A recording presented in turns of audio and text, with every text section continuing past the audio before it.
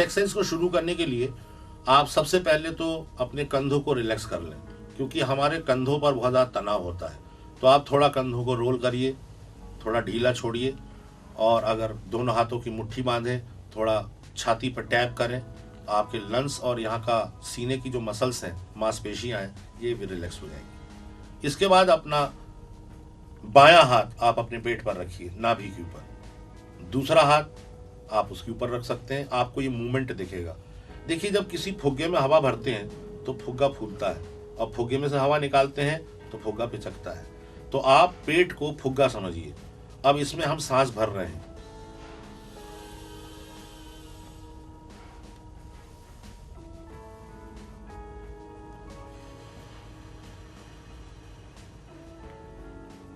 देखिए अंदर जा रहा है। अब फिर सांस भर रहा हूं।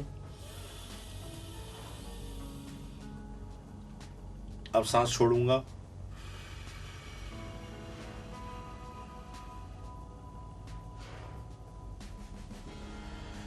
इसको आप लगभग 15 बार लगातार करें। आपकी नाभि में थोड़ा दर्द होगा शुरू में, ऐसा लगेगा, क्योंकि आपको आदत नहीं है। और शुरू में तो सब ऐसे ही करेंगे। वो बिल्कुल गलत तरीका है। शीशे के सामने खड़े हो जाइए। खड़े होकर आप साइड भी कर सकते हैं। साइड में खड़े होकर करेंगे तो शीशे में आपको अपना पेट फूलता पिचकता ज्यादा दिखाई देगा। लेकिन अभी जो कर रहा हूं, एक बार और बता देता हूं, ध्यान से देखिए। सांस भर रहा हूं,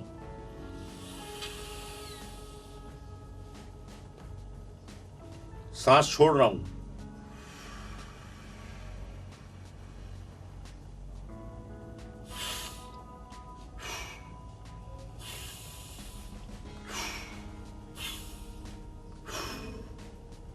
इसी को धीरे धीरे आगे बढ़ाएंगे, कपालभाति में बदल जाएगा। इससे कोलेस्ट्रॉल भी कंट्रोल रहेगा, आपकी टमी भी कंट्रोल में रहेगी, और ब्रीदिंग की एक्सरसाइज तो है ही। याद रखिए, जब तक ब्रीदिंग सिस्टम, सांस लेने का तरीका सही नहीं होगा, आपकी आवाज की क्वालिटी में चेंजेस आना असंभव है। तो आज से ही नहीं, अभी इसी सेकंड से अपने ब्रीदिंग पर काम करना शुरू कीजिए, और मेरे को सुनते हुए भी आप अपनी सांस चेक कीजिए, ये सही आ रही है और जा रही है या नहीं। ये आपको लंबे संवाद बोलने में मदद करेगी, लंबे लंबे डायलॉग में अपनी ब्रीदिंग को होल्ड करने में मदद करेगी। और आपको जब शरीर में ज्यादा ऑक्सीजन होगा, ब्लड सर्कुलेशन ज्यादा होगा, आपकी एनर्जी लेवल ज्यादा होगी। ये सबके लिए जरूरी है आपकी सांस सही तरीके से लेना, छाती पे नहीं, पेट पे लेना। मैं आपको बाद में और प्रैक्टिकली इसको बताऊंगा, दूसरे लोगों के साथ भी करके भी, लेकिन पहले इसको समझना जरूरी है, क्योंकि हर का दो पक्ष है, सैद्धांतिक और व्यवहारिक। तो पहले थ्योरेटिकली समझ लें, फिर उसका प्रैक्टिकल एस्पेक्ट जो है वो तो आपको करना ही है, बताना ही है, और रेगुलर प्रैक्टिस करना है। अब मैं आपको मित्रों ये बताऊं कि एक्टिंग के एलिमेंट्स क्या हैं, वो कौन से तत्व हैं जो किसी व्यक्ति को अभिनेता बना सकते हैं। इसमें कई सारी चीजें हैं। मैं अभी तो आपको कुछ चीजें टुकड़े टुकड़े में बताता हूँ, बाद के सत्रों में हम इसको विस्तार से बताएंगे, और इसको कैसे कर सकते हैं इसको हम प्रैक्टिकल ढंग से भी बताएंगे। मैं जो भी बातें आपको बता रहा हूं, आप इस बातों को सिर्फ सुनकर बैठ मत जाइए, बल्कि प्रोफेशनल एक्टर बनने के लिए जो जो आपको करना है, आप आज से ही करना शुरू कर दें, और जो करना है उसको लगातार दोहराएं। क्योंकि देखें, रिपीटिशन अपने आप में एक आर्ट है। हम लोग दोहराने से बहुत डरते हैं, लेकिन याद कीजिए, बचपन में आ ई ई या ABCD हम लोगों ने क्लास में बैठकर दोहराने से ही सीखी थी। अगर आप फिल्म एक्टर बनना चाहते हैं तो आपको एक ही दृश्य दिन भर करना पड़ेगा, अलग अलग एंगल से टेक देने पड़ेंगे। तो आपको मालूम होना चाहिए कि काम को कैसे करते हैं। सबसे पहली बात, सबसे पहला तत्व कौन सा है? सबसे पहली बात है रिलैक्सेशन।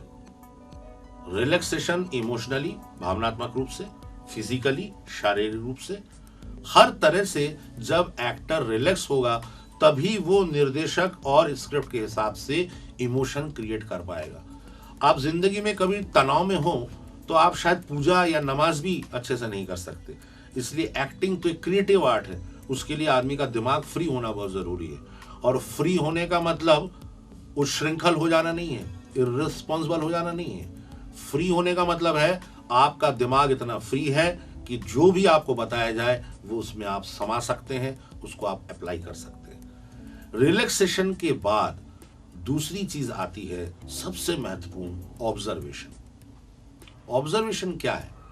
हम में से हर एक आदमी जिंदगी में किसी से मिलता है, बात करता है, तो हम देखते हैं ना कि सामने वाला क्या पहना है, सामने वाला किस तरह से बात करता है, सामने वाला किस तरह से चलता है, सामने वाला किस तरह से बॉडी को इस्तेमाल करता है। ये चीजें एक कैरेक्टर से दूसरे कैरेक्टर में अंतर पैदा करती हैं।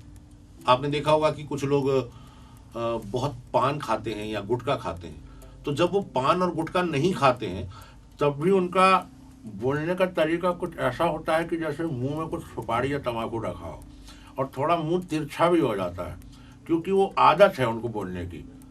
जो बहुत पान खाते हैं वो थूक ना गिर जाए, इसलिए हमेशा ऊँट को आगे कर, देखिए आप ऐसा कर लीजिएगा कि जब ये शॉर्ट हो जाए ना तो आप लंच ले लीजिएगा, है, क्योंकि उसके मुंह में थूक भरा है, उसे लग रहा है वो गिर ना जाए। ये छोटी छोटी ऑब्जर्वेशन की चीजें। आप बस स्टैंड जाइए, देखिए कि बस के कंडक्टर कैसे आवाज लगाते हैं, बस का ड्राइवर सीट पर बैठकर सबसे पहले क्या करता है, वहां जो टिकट काउंटर पर बैठा हुआ आदमी वो क्या करता है। आप रेलवे स्टेशन जाइए, हजारों लोग आपको वहां मिलेंगे जो अपर क्लास के होंगे, मिडिल क्लास के होंगे, लोअर मिडिल क्लास के होंगे, या एकदम जनरल कंपार्टमेंट में चलने वाले गरीब लोग होंगे। एक ही ट्रेन में पूरा हिंदुस्तान के अलग अलग वर्ग, अलग अलग क्लास सफर कर रहा होता है। आप बैठकर ऑब्जर्व करना शुरू कीजिए, वहीं कोई आपको कलेक्टर, कोई मंत्री, कोई संतरी, कोई एक्टर, कोई प्रोफेसर, कोई फिल्म मेकर, पता नहीं आपको कौन मिलने वाला है। इसलिए एक्टर का काम है चुप रहिए, बोलिए सिर्फ अपने डायलॉग, बाकी समय अपने आंख और कान खुले रखिए, ऑब्जर्व कीजिए, और जो आप ऑब्जर्व करें कृपया उसे दोहराएं।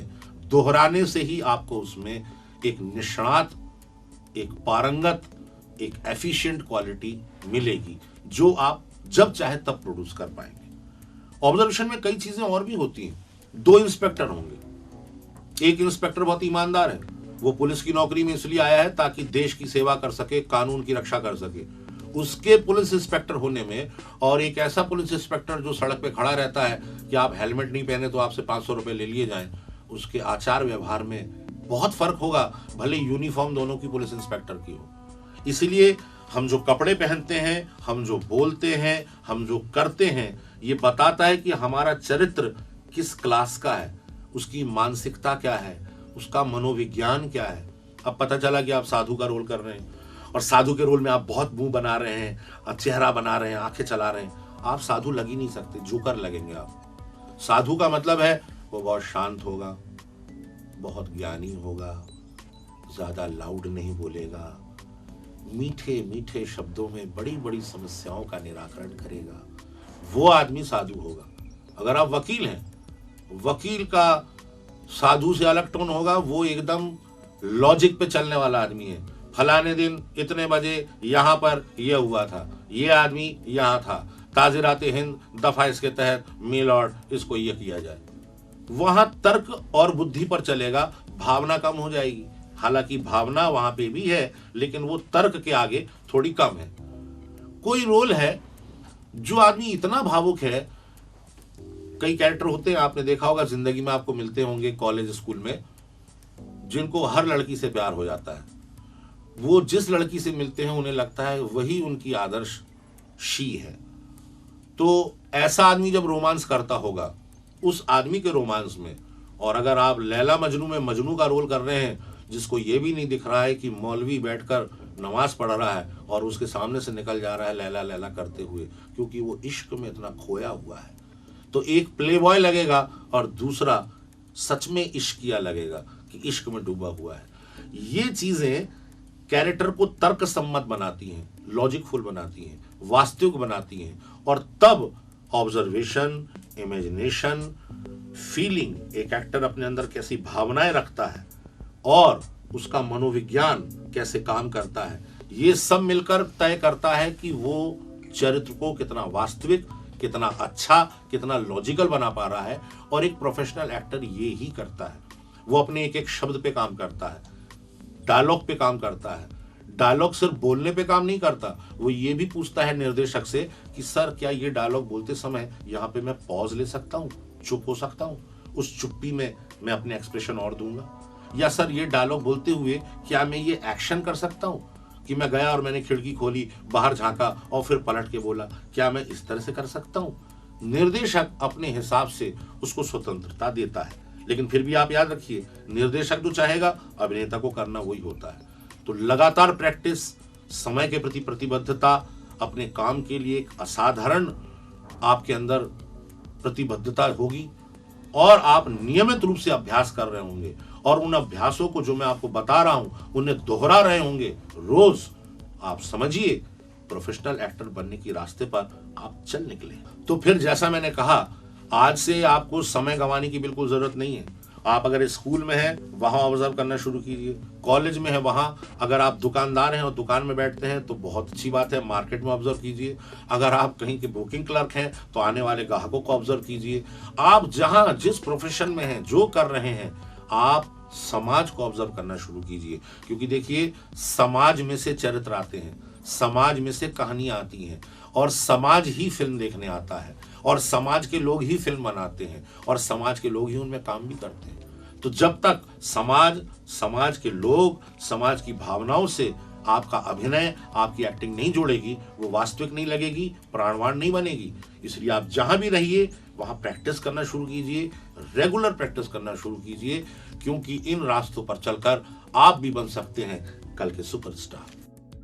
हमने बातचीत की जब शुरुआत की थी तो हमने आपको बताया था कि एक अभिनेता के दो टूल होते हैं, दो उपकरण होते हैं। मतलब हम हवा में तो अभिनय कर नहीं सकते, हमारा शरीर अभिनय करता है, क्योंकि हमारा शरीर बताता है कि हम कौन सा चरित्र कर रहे हैं। मान लीजिए आप कोई कैरेक्टर कर रहे हैं तो आपको उसके हिसाब से कॉस्ट्यूम और मेकअप देंगे ना, तो कॉस्ट्यूम और मेकअप कहाँ देंगे? आपके शरीर पे देंगे ना, चेहरे पे देंगे ना। दूसरी बात है आवाज की। आवाज एक ऐसी चीज है जिसके कारण कई अभिनेता दूसरे अभिनेताओं से बहुत आगे निकल जाते हैं। आपने देखा होगा हमारी कमर्शियल फिल्मों में प्राण साहब, अमरीश पुरी साहब और अजीत साहब, इनसे बड़ा चरित्र अभिनेता या विलेन इंडस्ट्री ने आज तक पैदा नहीं किया और ये तीनों आवाज के धनी थे। हमारी फिल्म इंडस्ट्री में दूसरे बहुत से अच्छे विलेन आए, कितने ही विलेन आए, रंजीत आए, गुलशन ग्रोवर आए, शक्ति कपूर आए और इन्होंने भी सालों तक फिल्मों में अभिनय किया। लेकिन जो बात अमरीश पुरी साहब में है, जो बात अजीत में है या प्राण साहब में है, वो इनमें नहीं है। वो क्या है? वो है आवाज, आवाज की क्वालिटी। अब आवाज अपने आप में एक बड़ी भ्रमकारी या कंफ्यूजन पैदा करने वाली चीज है। मोस्टली क्या होता है, हम दूसरे की आवाज सुनते हैं, हमें वो आवाज अच्छी लगती है, हम उसकी नकल करने लगते हैं। नकल करना अभिनय नहीं है, अपना कुछ करना अभिनय है। मान लीजिए आपने अमरीश पुरी की आवाज सुनी और आप जिंदगी में बोलने लगे, और भाई चाय कैसे दी, एक कप चाय 4 रुपए की बहुत महंगी होती है, तो लोग बोलेंगे कि चेहरा आपका है, आवाज कहीं से डबिंग करके लाए। आपकी आवाज नहीं है वो, आप अपनी आवाज में बोले। तो आवाज को अच्छा करने के लिए सबसे पहला गुण होता है या काम होता है हमारे सांस लेने का तरीका, ब्रीदिंग सिस्टम। ब्रीदिंग सिस्टम कहां से आता है? सांस लेते हैं हम नाक से, नाक से सांस होते हुए हमारे गले की ट्यूब से होते हुए छाती में जाती है, जिसको हम लंग्स पार्ट कहते हैं। हम में से अधिकतर अभिनेता जो ट्रेंड नहीं होते वो शुरू में गलत ढंग से सांस लेते हैं। गलत ढंग से सांस लेने पर आपकी आवाज कभी अच्छी नहीं होती। देखिए, हमको बोला जाए कि सांस लीजिए तो हम क्या करते हैं? अब ये पूरा का पूरा यहां आ गया। देखिए मेरी छाती अकड़ गई, मेरे कंधे भी थोड़े अब नॉर्मल लग रहे हैं, जकड़े हुए लग रहे हैं, फ्री नहीं लग रहे हैं। सांस सबसे ज्यादा कहां जा सकती है? सांस लेना मतलब हवा भरना, ऑक्सीजन भरना। हवा वहां जा सकती है जहां शरीर में खाली जगह हो। लंग्स के अलावा पेट में सबसे खाली जगह जो होती है वो हमारा पेट है। जो लोग बायोलॉजी या जीव विज्ञान के विद्यार्थी रहे होंगे उन्हें पता होगा कि हमारे पेट में 27 किलोमीटर लंबी आंत है। 27 किलोमीटर लंबी आंत हमारे पेट में है। इसका मतलब कितनी खाली जगह हमारे पेट में है। याद कीजिए, जब हम गर्भस्थ शिशु थे, एम्ब्रियो थे, हम अपनी माँ से खाना पानी कहाँ से हासिल करते थे? हमारी माँ की गर्भ की नाल जो जुड़ी होती थी वो हमारा नाभि है। अगर हम अपने शरीर को 2 बराबर भागों में बांटना चाहें तो नाभि ही सेंट्रल पॉइंट आएगा। इसलिए ब्रीदिंग को पेट के ऊपर कंसंट्रेट करते हैं।